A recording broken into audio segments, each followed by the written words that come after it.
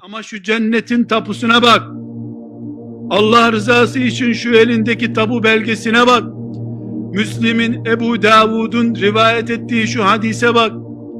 Ebu Hureyre Resulullah'ı dinlemiş ve o mübarek ağızdan duyduğu muhteşem müjdeyi bize nasıl taşıyor, şuna bir bak. Ne diyor?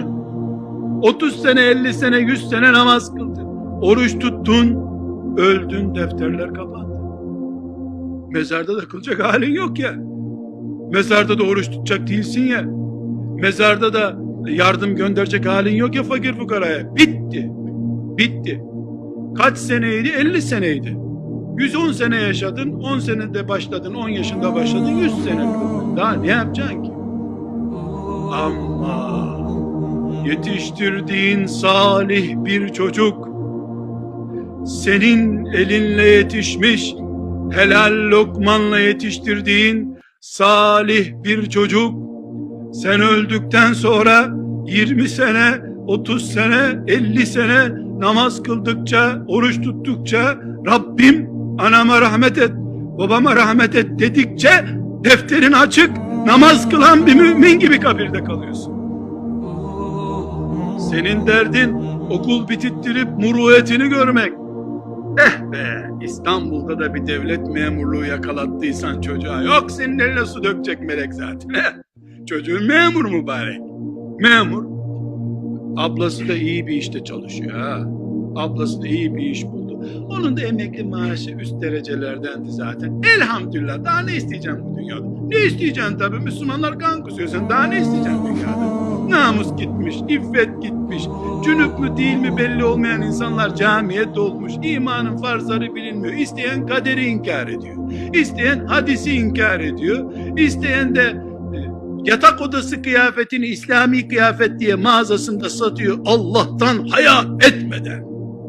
Bir de kendisine çok vakıflara yardım ediyorum, iyi iş adamıyım diye. İyi iş adamları derneği de kurmuş nasıl olsa.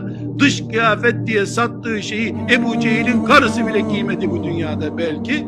Ne güzel, elhamdülillah, elhamdülillah, şükürler olsun. Çoluk çocuğa da ufak tefek miras. Bir de yazlıkta bıraktıysan, eh be, eh be. İmam-ı Azam da sana hayran zaten, kıyamet günü senin şefaatine sığınacak muhakkak. İnna lillahi ve inna ileyhi raciun. Bu ümmet ne ağır imtihanlara muhtar oldu ya. Ne zor hali var bu ümmetin. Peygamber bağırsın dursun öbür taraftan. Bağırsın ümmetimden başları deve hörgücü gibi olup giyinmiş çıplaklar çıkacak diye bağırsın dursun öbür taraftan. Sen ey baba, ey anne, Allah'ın tesettür, örtü, hicap dediği şeyi erkeğin dikkatini çekecek, fuhşa davetiye oluşturacak şey haline getirdin. Bunu düşün sen. Yatak odasında bile kullanılsa bir erkeği çıldırtacak kıyafeti tesettür diye genç bir kızın üstüne koydun. Sokaklarda, ilahiyat fakültesinde, filan fakültede, İmam Hatip Lisesi'nde erkeği çıldırtacak bir kıyafetle kızını dolaştırıyorsun. Sen de umreye gittin ama. Sen umredesin. Dalgalar boğuyor dünyayı, sen neredesin? Nuh'un dalgaları internet dalgası oldu şimdi. Medya dalgası oldu. Çevre dalgası oldu. Neredesin anne? Neredesin baba? Sen hala mobilya derdindesin. Hala filan ziyafete çağırdım akrabayı, aman evi iyi görsünler derdindesin. Sen hala kılık kıyafetini ilah edinmişsin.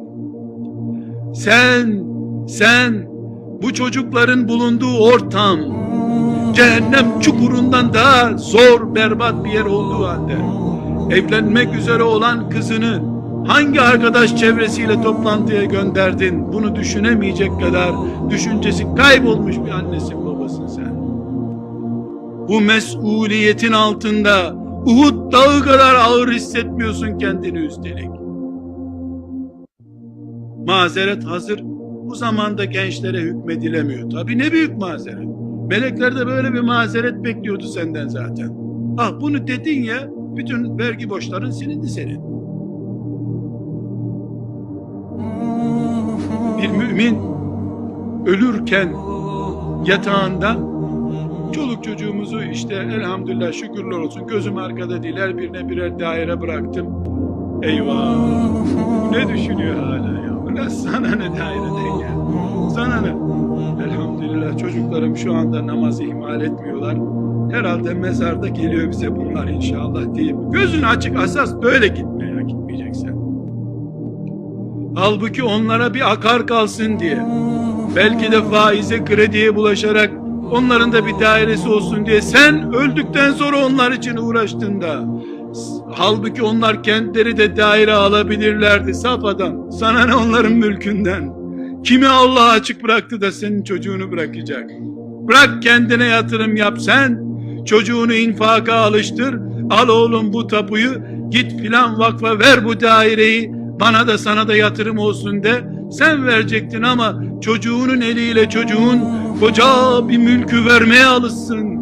Şehit olmayı ashab-ı kiram çocuklarına öğrettiği gibi sen de infak etmeyi öğret, namazı öğret, ulemaya ihtiramı öğret.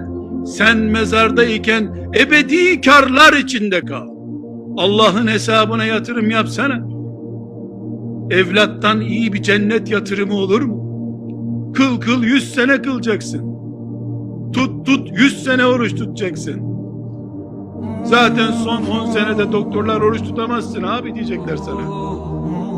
Ama mezardayken de oruç tutmak var bu dünyada.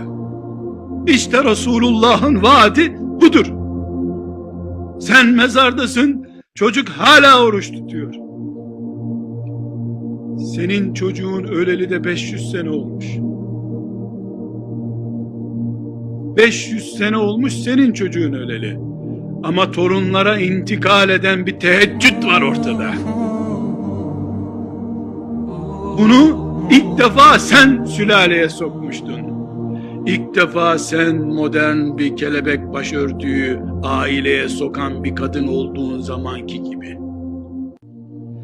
O rengarenk başörtüler, teberrüç kıyafetleri sokaklarda dolaştıkça meleklerin senin karşına dikilip ümmetin iffetiyle oynayan kadın diye karşına dikildikleri gibi, ona müsamaha eden ey baba diye senin karşına melekler nekir münker dikildiği gibi, sen sülaleye ilk defa sabah namazını sokan adam diye de mezarda her gün meleklerle oturmak da var. Cennet bu, cennet. Vaat eden Allah olduktan sonra güvenmemek ne gerek? Resulullah vaat ediyor sallallahu aleyhi ve sellem.